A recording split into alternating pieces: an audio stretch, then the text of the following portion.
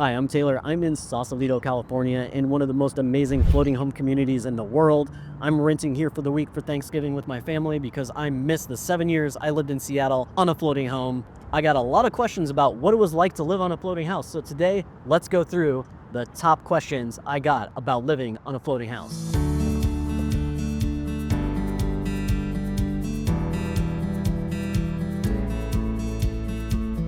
Good morning, welcome to Sausalito, California.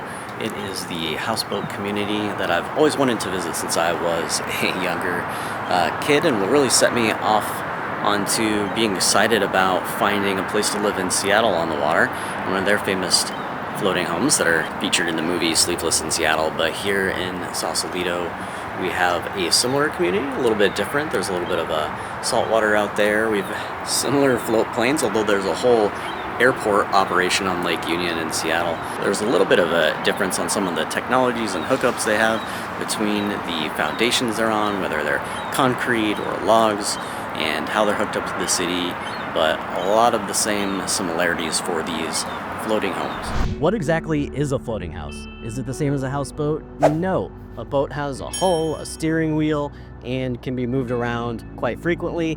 A houseboat will not be moved around unless maybe to pull out for maintenance, to then replace the logs that need to be replaced over time. So it depends on what region you are, what city, and the regulations, but in Seattle there are 4 types of floating homes. There's the traditional floating house on logs and barrels and concrete foundations that looks like a normal house, it just happens to float on water. There are houseboats, which have a hull and steering wheel, and there's this sort of hybrid called a floating on-water residence that until a certain year they were allowed and they've been grandfathered in. And then there's like a traditional house barge like you would see in Amsterdam, and there's a few of those, though not many, in Seattle. In Sausalito, you'll see houses like this, which are those floating homes that I'm talking about, often called houseboats, but they are quite a bit different. They do have a different set of foundation structures here on the saltwater than you would see in a lake, which allows them to move up and down with the tide much faster than the lake levels that slowly change over the year. How much does it cost to live in a floating home? Well, it depends on if you're in Seattle, Sausalito, or even Victoria, Canada, what the kind of cost looks like. And it's changed quite a bit, obviously, pre-pandemic versus now. We're looking at rental ranges maybe for the tiniest of tiniest houseboats around like, $1,800 a month to, a typical 500, 600 square foot house. So, 2,500, 3,000 a month, or much more for the even more luxurious types. Some will be available on Airbnbs in Verbo, like the houses here in Sausalito. There's a few, and your co-op may restrict that, just like any sort of co-op or condo situation that you might have. And some cities obviously restrict whether you're allowed to do that, especially under 30 days in that short-term rental rules. So yeah, something to think about is your either mortgage for a houseboat or your actual condo and co-op ownership of that space on the dock, and the co-op may actually own the property where the dock attaches to the land. HOA fees, just like any condo, kind of range from the more responsible and DIY fixing a lot of the things for just a few $100s a month up to $600 or more. That covers a lot of that maintenance for divers on the primary dock. Maybe you have a shared bathroom and shower and laundry facility or not. Or maybe those facilities are only available for the few sailboats on the dock that are mixed in with the traditional floating homes. One thing most of us dock people love to do is actually garden. So you'll notice a lot of plants on many of these docks, especially in the mostly temperate Northwest, where usually doesn't snow, although we have had a couple of years of 8 inches of snow, which we can get to later. But beautiful aeoniums and cassava and a ton of plants all along the dock that helps add to that sort of nature feel, and a little bit less industrial, like it can feel like a marina sometimes, but adding that touch of life makes it really come alive.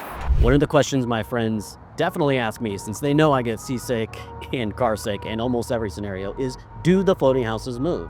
Yes. Although it really depends on how your house is connected to the dock, where you are, lake versus sea, and what time of year and what weather you're experiencing. Here in Sausalito, the house moves quite a bit up and down with the tide. It goes from mud to quite high up as the house moves up along with that rope on the pylons there. And in Seattle, like the winter where it rains a lot, the lake's really full. And in the summer, as you get 2 months of dry, very rare rain, then the lake level will go down. They manage that some with the locks that go out to the saltwater. And so that is managed a little bit, but you're not going to see as dramatic up and down within just 24 hours. You will see a little bit of side to side movement, and each house is very different. So the first house I lived in had very loose chains, from the 1920s, 30s, and it would move a little bit. You wouldn't really notice it as much at night, but during the day when there was boat traffic, it would be a little bit more. So when I was working from home, I noticed it far more than the years when I was commuting and working. And you'd see it definitely on a time lapse as it, goes back and forth with the subtle movements that look like a lot over time, like a boat would. But it really didn't move a lot, except for in April when it was really like windy and that like spring rainy weather that brings Mayflowers. It would actually be quite a bit in the middle of the night sometimes. And I definitely remember that house slamming against my neighbor's house like at 2, 3 in the morning. I apologized to them, but the owner of the house I was renting at the time just had the house as it was. But the second house I rented had this quite amazing situation that looks like when you open a car's trunk, there are those like struts that they have there that hold up that like hatchback or something like that. And they have the steel version of that was actually kind of moving up and down with the house, and that kept it pretty locked in for the most part with just a little bit of movement. I get motion sick 99% of the time, and I was totally fine except for one time. I did have to be like, okay, I think I need to go walk on land for a couple minutes. Got a 2-story Airbnb, and this one's pretty nice because it's got a similar unit on both floors, so the fam can have its own kitchen and laundry on each floor, but it also has a ton of outdoor space. So there's this really cool giant roof deck. I'm gonna head up for a little bit of coffee this morning to watch the rest of the sunrise and enjoy a little quiet, contemplative moment to myself out here. The morning coffee with a view of ducks swimming by, like evening stargazing from a deck on top if you have one. It's just pretty magical. Those little glimmers of the magic of being alive on planet Earth, but just there with the calming water and the nature around you and just that glassy, smooth water that is just beautiful to wake up to as you see the different birds come alive. It's really something that makes life a little more magical. Is there enough space? Well, I am not a minimalist. I failed at that miserably, and I lived on a 500 square foot floating house, which is, typical like studio type apartment or small 1-bedroom. And then later a 600 square foot house that had an extra little cubby for like a mini guest room where I host couch surfers from around the world for a while and got to share with them a little slice of our magic in the Pacific Northwest. And it didn't have a lot of storage. It had a little bit outdoors on the deck, but I would definitely recommend getting a storage unit and trying to be as minimalist as you can, at least with like seasonal stuff going into storage or not. So that way you have like a very, calming, small, tiny home style environment. It can be really tricky if you have a lot of stuff, which I did, and it makes it a little bit more cluttered and chaotic. But then again, we're nonconformists, and a lot of our style is a little bit like that kind of artistic nonconformist thing. So you don't have to be a minimalist if you don't want to be, but that's a good amount. Like, that's not quite like van life or anything like that. You've got a little bit more to work with usually, except for some of those tinier houseboats versus the floating homes, which are a little bit more like what you'd see in a neighborhood kind of cottage style. Another thing is balance. So you've got a lot of weight. You've got like 40-foot width on a lot of these, wraps that have the deck and all those barrels and logs underneath the house. And one of the things you can do to balance that, so maybe you have a grand piano, I didn't, but I had a lot of plants and a lot of heavy planters out there. When you need to readjust that, either over time, the barrels and logs shift, you'll get a scuba diver like my friend Diver Dixon, and you will rebalance those or rearrange them, hopefully with really quality divers and a design that they can propose to you to make sure the house is level. And you'll want to make sure you do that as inspection when you're buying a new place to make sure that you've got a quality setup to keep the house safe and level. And occasionally those barrels, if they're not secured as well or ropes shipped or something like that, will pop out. So we definitely did see some floating barrels around the lake. Not usually a major immediate issue as far as an emergency, but you're able to call in the support from your scuba, plumber, dive services, floating house team, whoever they may be, to make those adjustments. Seattle used to only get a dusting of snow that wouldn't even last a day. But 2 of the years I was there was actually 8 inches of snow overnight. Unless you have like a pointy house, like kind of Swiss style, where the snow can just slide right off that chalet. Well, my house had a big flat spot on the northwest corner, and with that 8 inches of snow, it was weighing it down more so on that side than the others. So like we were talking about with flotation, the house was tipping in that direction and almost going in the water. So we quickly raked off what we could. I did call someone else to get some workers on the roof to rake away the rest, so that way it could move up in a way that was level and safe. It didn't tip my entire house and everything I owned into the water. But that was an interesting day. One of the Midwesterners on the dock actually had one of those snow rakes for a roof with a big, long, telescopic handle, and that was able to help as well. What's the community like? It's kind of like any one of those like small communities where you're living close together. You really do have to bond with your neighbors because things happen. Lots of stuff happens, like falling in. I may or may not have fallen in one time when sweeping the deck, swept myself right into the water. Also had a neighbor fall in, so I had to fish her out, and it can be scary, and in the winter it's cold. So hopefully you fall in the summer and have a safer, warmer way out. I did lose things over the water over the years. I definitely have, dropped things and lost things in my life, but I think it increased quite a bit when the consequence is over into the water deep down to 40-50 feet. I've lost a DSLR camera, a couple cell phones, and a few house keys and things like that. So they're definitely there under the water.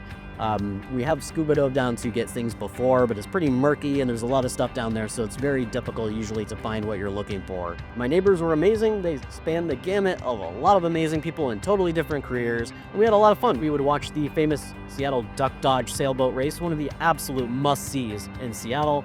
The small heart-shaped lake right in the middle of the city with all classes of sailboats racing around in a tight circle on a theme every Tuesday night throughout summer, from like tiki nights to prom night, all dressed up, and then they tie up together at the end and party, and it's all a blast to watch. And we would have docktails and just watch together at the end of the dock on chairs, and it's just an amazing way to bond and watch a truly special event. The absolute highlight of living on a floating house in Seattle is the 4th of July. Most years the 4th of July weather is pretty good and an amazing party. Sometimes it turns good like a day or two later, which is kind of the Seattle weather situation, but the fireworks barge is right there in the middle of the lake. There's kayakers and floaties and everyone watching from their floating homes and roof decks. Although we definitely have a bucket of water, we're definitely ready in case anything might come up. Speaking of fire, we did have 2 fires on the dock when I was there. One was actually the night the Royals won the World Series, and I'm from Kansas City, so I remember that one pretty vividly. I heard the air horn going off at night, and I thought maybe it was sort of a party for that, but no one was watching the World Series in Seattle, no one cared. And then I quickly realized it was an emergency, and all the neighbors had gathered outside, and apparently someone on the dock just south of us had left a candle going, burned down a boat, and then the whole dock and a law office that was above that dock were on fire, and it was raining down ash and it was glowing. The Seattle Fire Department was absolutely amazing. They set up tents all along West Lake. They had a plan that they executed. It looked like a Michael Bay movie. I've never seen anything more competent and incredible than what I witnessed that day. They were able to rope in boats that had burned through their mooring lines as they were moving away from that marina towards us and put the fire out, as well as the Seattle police boat, which they have a couple of boats where they maintain the order on Lake Union, and they rescued a cat from another boat. It was an incredible experience to witness. It was extremely scary. We actually thought our houses were done for good, but they were really able to take control of that fire and save all the homes. One of the most fun questions I get is wildlife. So like, depending on where you live, there is a bunch of cool stuff on the lake. There are green herons in Seattle. There are all sorts of amazing birds. My two favorite animal visitors were the same duck couple for the entire 7 years would visit my house. They would come to my front door and quack. The female in particular would like to try to come inside. She got in a little bit a few times, but they were an absolute delight. They would come and sit with me, even like not wanting food or bread or anything, just to sit down by my feet and like sit in the sun or even the snow. They actually came by during one of our biggest snowstorms in Seattle one time, which was super cute as they were sitting there in the snow, staying warm with me. I probably miss the ducks more than anything. I heard rumors of the otter. I would have loved to see that. I never did, but they would sometimes come in. There were also rumors of seals that would maybe slip through the Ballard Locks to Lake Union. I would love to see that. You'll see that definitely more often here on the saltwater in Sausalito and Victoria, Canada, because it's easier access for them, and they're super playful and fun to watch. One of the funniest, although annoying wildlife encounters I had was actually with beavers. So we have occasionally every few years, beavers would get really ambitious and think they could actually block the entire Lake Union and turn it into a dam. So that probably wouldn't work for the entire city of Seattle because we use that lake for our primary recreation.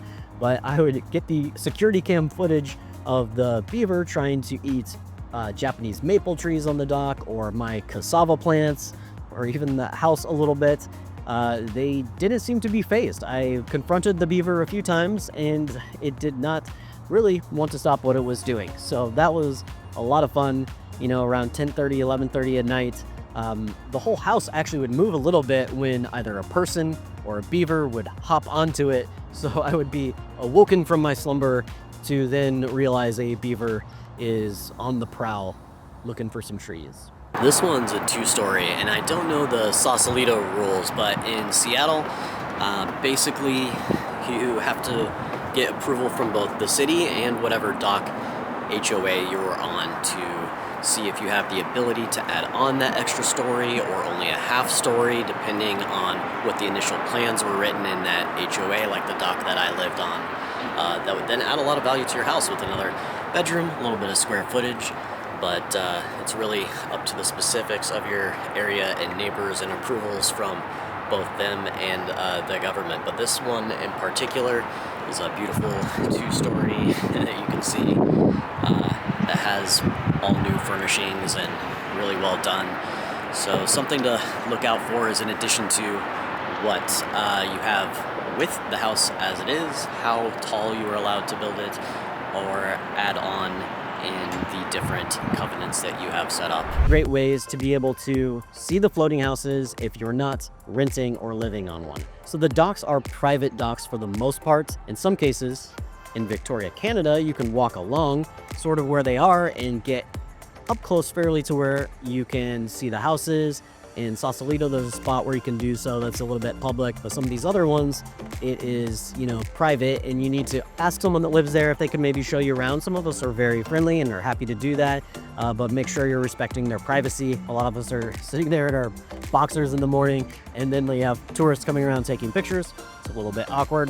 One of the other ways to see the floating houses in Seattle in particular, they've got hot tub boats, which is absolutely incredible. There's two companies where you can rent the boats and go around at a very slow speed in a little electric boat, or there's a wood-fired one as well. I recommend the electric boat from the hot tub boats. Lake Union Hot Tub Boats has a beautiful space with wood and fairy lights, and they have fresh water for each of the rides on the hot tub boats. I think add magnesium or something to the water, but you can bring a Bluetooth phone and play your Spotify playlist as you magically go around on the lake in the hot tub. It sits very low to the water, so you feel like you're really part of nature. I think it's particularly amazing at sunset and seeing the beautiful lights reflected from the city and the water where it's a lot smoother at night. It's really an amazing thing to do even in the fall, where it's really too cold for most people to do a lot of boating in October or late September, but it's actually an amazing time to be on a hot tub boat in the lake with a few friends, just sharing that special experience when there's not many people there.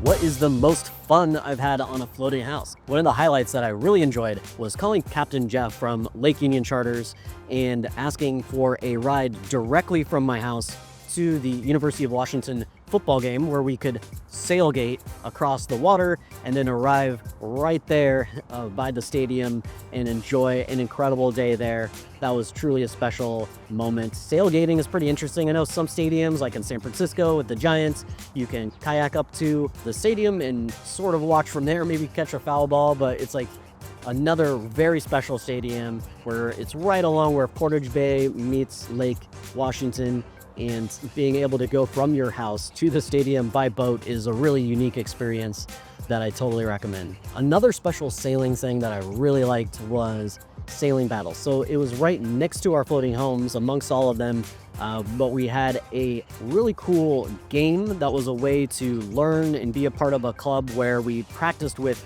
Nerf footballs between 2 or 3 boats, where you are throwing the Nerf football at the other boat, and you'd get 1 point for hitting the hull, 2 for the mainsail, and then 3 for that jib sail up front. It was just a great way to force you to be able to tack left and right and do all of the sailing skills you need to become a better sailor, but in a way that's more like a game and fun. Besides the Christmas carolers, there's also other fun Christmas activities to do, and if you're not living on a floating house or renting one, the Christmas ship parade is actually a great way to hop onto a boat, whether it's a big one like an Argosy or a charter.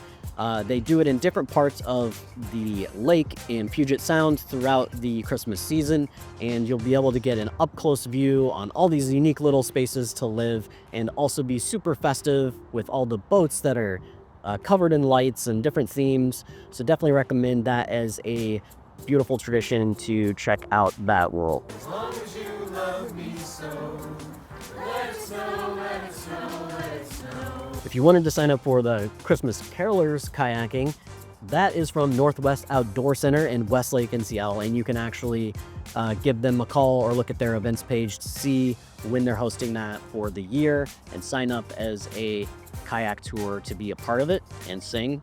Why did I choose to live on a floating home? So I'm from Kansas. Kansas doesn't have a lot of oceans next to it. I fell in love with the sea when I was younger. I had a saltwater fish aquarium. I wanted to learn how to scuba dive in Maui, and I always was drawn to that kind of unique community growing up, kind of visiting San Francisco here in Sausalito and seeing all these houses and really wanting to put that on my bucket list. So it was number 1 on my bucket list. I actually remember telling someone on a date when I was like 16 or 17 that one day I wanted to live on a floating house in Seattle. And of course, the famous Sleepless in Seattle movie with Tom Hanks and Meg Ryan, one of the classic romantic comedies / movies, was definitely in my mind as I pictured that world in Seattle, that little pocket of corner in the Pacific Northwest. And that house was actually just the dock north of ours. It was our dock and then a few sailboats for sale, and then the Sleepless in Seattle dock. That house is at the end of the dock. It is super famous. A lot of people would be coming to see that on bus tours and things like that. It's definitely an iconic moment in cinema history, and it's really neat to be a part of. The movie has a few inaccuracies of trying to take a boat from Lake Union to West Seattle, which would have taken all day through the Bowery Locks. But other than that, it's a great feel for what it is like in Seattle to live on a floating house.